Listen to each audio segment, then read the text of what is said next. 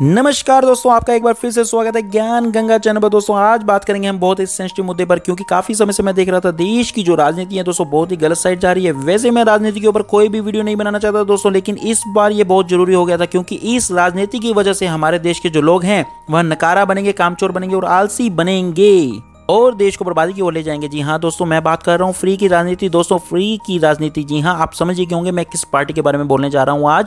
राजनीति अपनी जगह ठीक है दोस्तों, लेकिन फ्री की राजनीति बिल्कुल भी ठीक नहीं है, क्योंकि इस फ्री की राजनीति से किसी का भी भला नहीं हो सकता।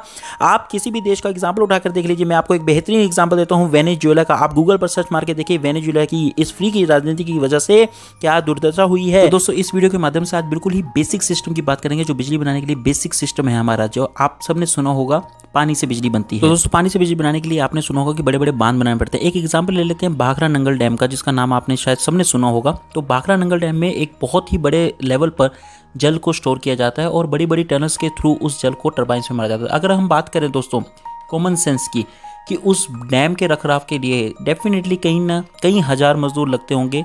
कभी कहीं से कुछ प्रॉब्लम आ रही है, कहीं लीकेज हो रहा है, कभी कुछ हो रहा है, कभी कहीं कुछ गेट्स में प्रॉब्लम आ रही है। तो a lot of types of jobs are there, जिसके लिए बड़े बड़े सिविल इंजीनियर्स लगे होते हैं, इलेक्ट्रिकल इंजीनियर्स होते हैं, मैकेनिकल इंजीनियर्स होते हैं। हर इंजीनियर अपनी अपनी जॉब कर रहे होते हैं और उसके साथ काम करने वाली जो लेबर है वो लगी होती है। तो उन सभी को गवर्नमेंट की तरफ से सैलरी दी जाती है, फ्री में काम नहीं कर रहे होते।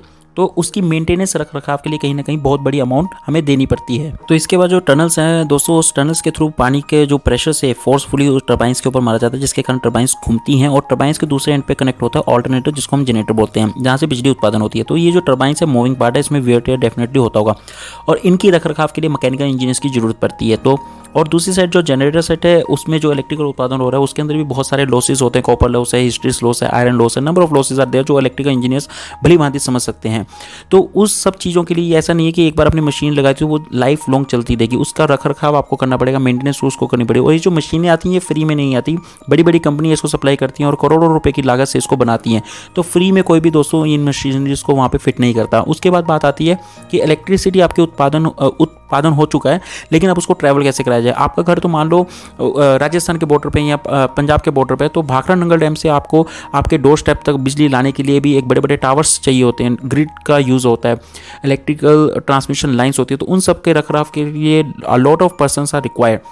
तो उन सब की सैलरीज भी गवर्नमेंट के फंड से जाती है। उसके बाद आपने नॉर्मली हर बार सुना होगा कि दोस्तों ट्रांसफार्मर जल गया, आज सुबह की बिजली नहीं आई क्योंकि ट्रांसफार्मर जल गया। तो दोस्तों जब भी लोड फ्लक्चुएशन होता है कि ट्रांसफार्मर्स अमूमन तौर पर जलते रहते हैं, क्योंकि जिस तरीके से हमारा लोड बढ़ता जा रहा है तो कई बार वो ट्रांसफार्मर उसको झेल नहीं पाते और सड़ जाते हैं या जल जाते हैं या डैमेज हो जाता है, जो भी होता है। लेकिन वो जो ट्रांसफार्मर वो फ्री में नहीं आते, जो स्टेप डाउन ट्रांसफार्मर आपके गली मोहल्ले में लगे होते हैं, जिसके कारण आपके घरों तक बिजली की सप्लाई की जाती है। और उसके बाद ये जो रख रखाव है, बिजली कर्मचारी हैं, इतना सब कुछ है, इन सब की कहीं ना कहीं दोस्तों बहुत कॉस्ट आती है। तो कहने का मतलब दोस्तों यही है कि अब इस वीडियो में अगर मैं आपको हर चीज़ एक्सप्लेन करना चाहूँगा तो नहीं कर पाऊंगा, क्योंकि वीडियो बहुत लंबी होती जाएगी। मेरा सिर्फ आपको बेसिक यही समझाना था कि ये जो बिजली है ये फ्री में नहीं बन रही। और दूसरी चीज़, अगर अरविंद केजरीवाल जी कह रहे हैं कि मैं फ्री में बिजली दे रहा हूँ, तो दोस्तों वो अपनी सैलरी से अगर बिजली को प्रोवाइड करवा रहे हैं तो हम कह सकते हैं कि वो फ्री दे रहे हैं। इस जो ये सब मेंटेनेंस कॉस्ट है, इसका कहीं ना कहीं वो गवर्नमेंट के खजाने से फंड दे रहे हैं। तो गवर्नमेंट का खजाना कहाँ से आ रहा है? जो हमारे टैक्स पेयर की मनी है, जो आप टैक्स भरते हैं, उसी से ये पैसा आ रहा है। तो दोस्तों इसमें एक और ड्रॉबैक, सबसे बड़ा ड्रॉबैक ये है, मान लो एक कोई छोटा सा गरीब परिवार है जिसका एक कमरे का मकान है, मान लो उसको सिर्फ एक बल्ब और एक लाइट जलानी है। अब जबकि उसको पता लग जाएगा कि मेरे को 300 यूनिट फ्री मिली हुई है, तो जहां उसका 100 यूनिट यूज़ होता था वो अब वेस्टेज करेगा 200 यूनिट की। जी हाँ दोस्तों, ये एक बहुत बड़ा सवाल है, क्योंकि फ्री आप जिसको भी देंगे हर आदमी उसको यूटिलाइज करेगा, हर कोई चाहेगा कि मेरे को हर चीज़ फ्री में मिलती जाए। तो क्या इससे क्या होगा? आदमी नकारा बनेगा, काम नहीं करना चाहेगा। और जो इनकम टैक्स पेयर है उनकी मनी कहीं ना कहीं दोस्तों वेस्ट हो रही है, क्योंकि उसी मनी का यूटिलाइज आप बड़े बड़े इंफ्रास्ट्रक्चर बनाने में कर सकते हैं, सड़क कंस्ट्रक्शन में कर सकते हैं, फ्लाई ओवर बनाने में कर सकते हैं, मेट्रो के डेवलपमेंट में कर सकते हैं, रैपिड मेट्रो लेके आ सकते हैं, बुलेट ट्रेन्स लेके आ सकते हैं। आप दिल्ली को या किसी भी स्टेट को, पंजाब है चाहे उत्तराखंड है, आप वहाँ पे बड़ी बड़ी डेवलपमेंट कर सकते हैं इसी पैसे से। अगर उसी पैसे से आप इन चीज़ों की भरपाई कर रहे हैं, जो ये इनकी मेंटेनेंस कॉस्ट है, इन डैम्स की, इन लोगों की जो कर्मचारियों की सैलरीज हैं, उसको भी इन्हीं पैसों से अगर आप भरपाई कर रहे हैं, तो कहीं ना कहीं आप देश के साथ खिलवाड़ कर रहे हैं और देश की प्रगति में एक आप पत्थर लगा रहे हैं। दोस्तों चाहे अमाउंट छोटी है चाहे बड़ी है, और छोटी अमाउंट तो मैं नहीं कहना चाहूँगा, क्योंकि इतने बड़े स्तर पर इतनी बड़ी स्टेट स्टेट को अगर आप 300 यूनिट हर आदमी को फ्री देते हैं तो दोस्तों कहीं ना कहीं ये लाखों करोड़ों रुपए की बात है। तो ये वेस्टेज क्यों करनी है, यही पैसा डिफेंस के काम आएगा, तो हमारी जो आर्मी है, नेवी है, एयरफोर्स है, स्ट्रांग होगी। तो दोस्तों इस वीडियो को ज़्यादा से ज़्यादा शेयर करें और हर जन तक पहुंचाए। ये मेरी आवाज़ हर जन तक पहुंचनी चाहिए, क्योंकि ये जो फ्री की राजनीति है दोस्तों, मैंने जैसा एक्सप्लेन किया, फ्री की राजनीति से किसी का भी भला नहीं हो सकता और इससे देश बर्बादी की ओर ही जाएगा। अगर वही पैसा जो आप है, एक तो दूसरा, जब आप किसी से पैसा लेते हैं तो वो मिनिमम यूज़ करता है, अगर आप फ्री में देंगे तो वो वेस्टेज की ओर चला जाएगा।